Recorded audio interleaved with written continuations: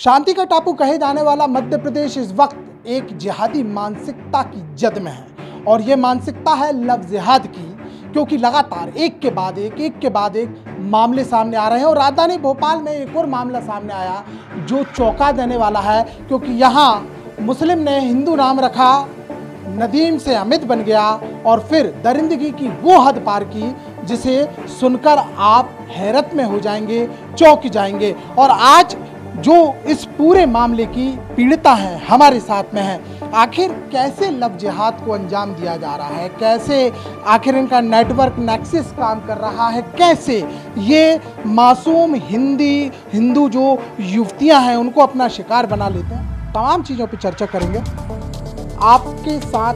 ये जो लव जिहाद का पूरा मामला सामने आया, हमारे दर्शकों को बताइए कि आखिर क्या घटनाक्रम था, कैसे वो मिला, कैसे बातचीत हुई, क्या हुआ।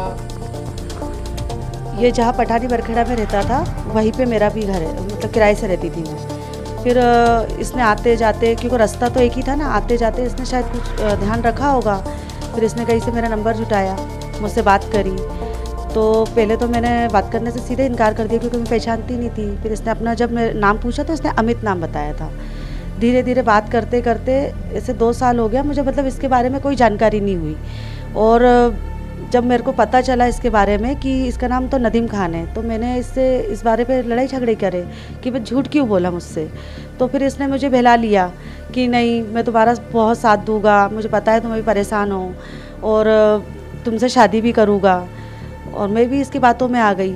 और 3 साल अभी हुआ है कि ये मेरे साथ रिलेशन में है, जैसा ये चाह रहा है वैसे मैं इस्तेमाल हो रही हूँ कि नहीं, कि ठीक है, अब मैं एक बार तो परेशान थी, दूसरी बार परेशान नहीं हो करके जैसा ये चाह रहा है।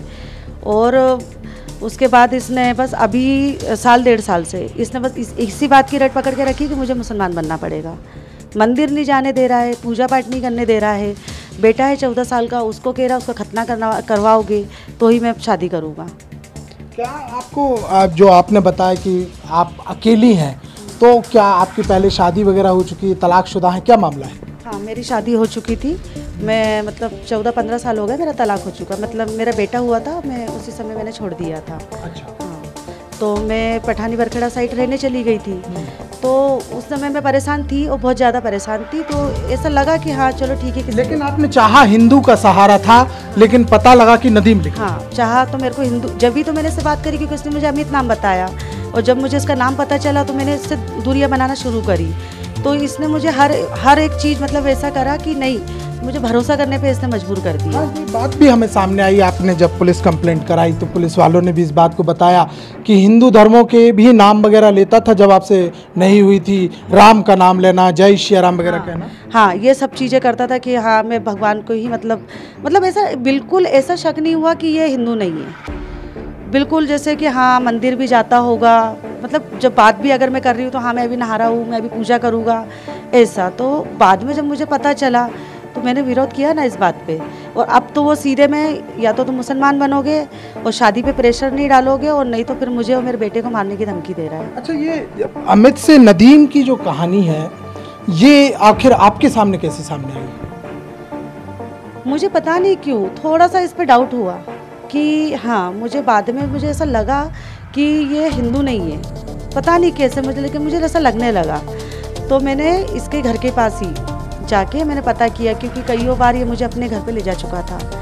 जैसे शुरू में मैंने इसको अपने घर पे नहीं आने देती थी ना, तो इसको ऐसा सब कुछ संबंध बनाना था तो ये मुझे अपने घर ही लेके चले जाता था। तो मैंने पता कर, फिर इसके अलावा मैंने अकेले जाके पता किया, जब मुझे पता चला इसका नाम नदीम खान है। नदीम खान के पता चलने के बाद आपके पाँव से ज़मीन तो खिसक गई होगी। अगला एक्शन क्या लिया था, क्या कदम उठाया था?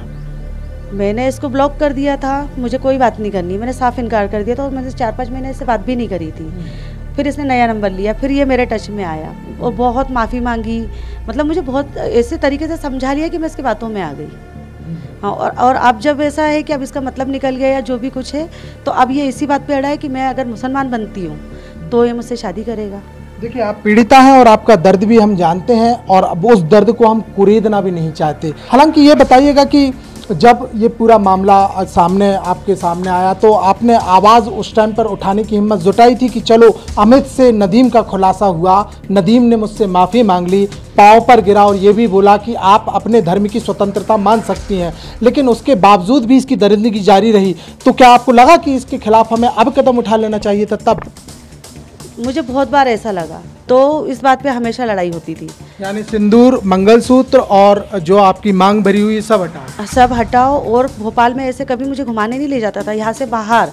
मतलब अभी तो उसने एक जिद पकड़ी थी कि कश्मीर लेके जाना है, मैं टिकट कर रहा हूँ, कश्मीर लेके जाना है, घूमने के लिए जाना है। तो मैं भोपाल छोड़ के, मतलब पता नहीं क्यों मुझे अभी 1.5-2 साल से उससे ऐसा लगने लगा था कि वो ठीक नहीं है, ये मुझे भारी क्यों लेके जाना चाह रहा है। तो मैंने साफ इनकार कर दिया कि मैं जाऊँगी, मुझे रहना यही है, मैं कहीं नहीं जा सकती। कहीं और भी ले गए थे, किसी अन्य प्रदेशों में कहीं? ये मुझे सागर ले गया था। प्रदेशों में मध्य प्रदेश के अलावा बात करें? नहीं, मैं कभी गई नहीं। अच्छा, बोला कई बार लेकिन आप गई नहीं। हाँ। आपको क्या आप कहता था ये कि आप कलमा पढ़िए, बच्चे का खतने की बातचीत हुई और ये भी आपने एफआईआर में दर्ज करवाई है कि आपको जबरदस्ती जो है उनके मुसलमानी जो उनके कलमा वगैरह हैं वो बोलने के लिए? हाँ, वो प्रेशर डालता था ना, लेकिन नहीं, मैंने कहा मैं ऐसा कुछ करने ही नहीं वाली हूँ। तो बोले ऐसा कुछ करना नहीं है तो फिर मैं भी शादी नहीं करने वाला हूँ। यानी देखिएगा, इस पूरे मामले में एक खास तौर से बात यहाँ पर समझ में आती है कि पहले तो नाम बदला, हिंदू होने का जो है वो ढोंग किया और उसके बाद यहाँ पर कलमा भी पढ़वाया गया, तमाम चीज़ें की गई। मैम, आपसे एक और चीज़ यहाँ पर जानना चाहूँगा कि जब आप कलमा नहीं पढ़ते थे, आप बुर्खा नहीं पहनते थे, आप आदाब, अदब या अस्सलाम वालेकुम, वालेकुम अस्सलाम, खुदा हाफिज जैसे शब्दों का उपयोग नहीं करते थे, तो आपके साथ मारपीट भी होती थी। क्या करता था वो आपके साथ? मुझे बहुत गालियाँ भी बकता था फ़ोन पे और मारपीट भी करता था कि ऐसा करना है। तो मेरे बोलते कितने ही मार लो लेकिन मैं अपना धर्म नहीं बदलूंगी, और तुमने पहले ऐसी कोई बात नहीं करी थी मुझसे।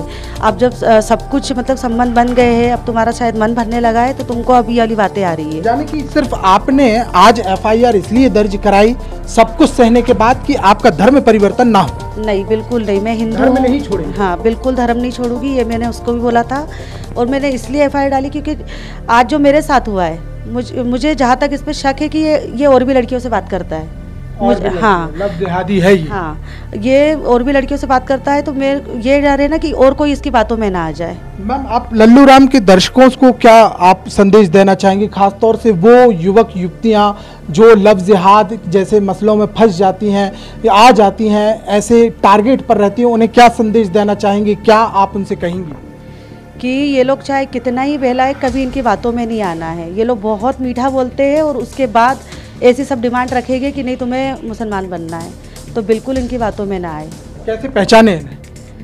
इनकी पहचान तो हो ही नहीं सकती है, क्योंकि ये लोग ऐसा इतना साधारण तरीके से रहेंगे कि कोई इनको पहचान ही नहीं सकता है। मैं ही नहीं पहचान पाई। पुलिस प्रशासन सरकार से क्या कहना चाहिए?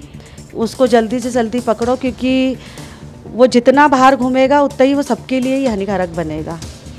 तो देखिए, ये पीड़िता का दर्द है जो कि lalluram.com पर सामने आया है, और इतना ही नहीं बल्कि पीड़िता यहाँ पर साफ तौर पर कहती नजर आई है कि लव जिहादियों की जो मानसिकता है उससे समझ पाना बड़ा मुश्किल है, लिहाजा आपको खुद सावधान होना पड़ेगा। और ये पीड़िता का जो दर्द है इस बात को चीख चीख कर सामने कह रहा है कि पुलिस प्रशासन के साथ साथ सरकार को भी ऐसे मामलों को लेकर जागरूक होना होगा, क्योंकि मात्र एफआईआर कर लेने के बाद आरोपी को सलाखों के पीछे भेज देने मात्र से लव जिहाद जैसी जो घिनौनी मानसिकता है उस पर लगाम नहीं लगाई जा सकती। लिहाजा खुद जागरूक हों, अपने आप को समझें और ये भी समझें कि आपकी संस्कृति, आपका धर्म आखिर क्या कहता है।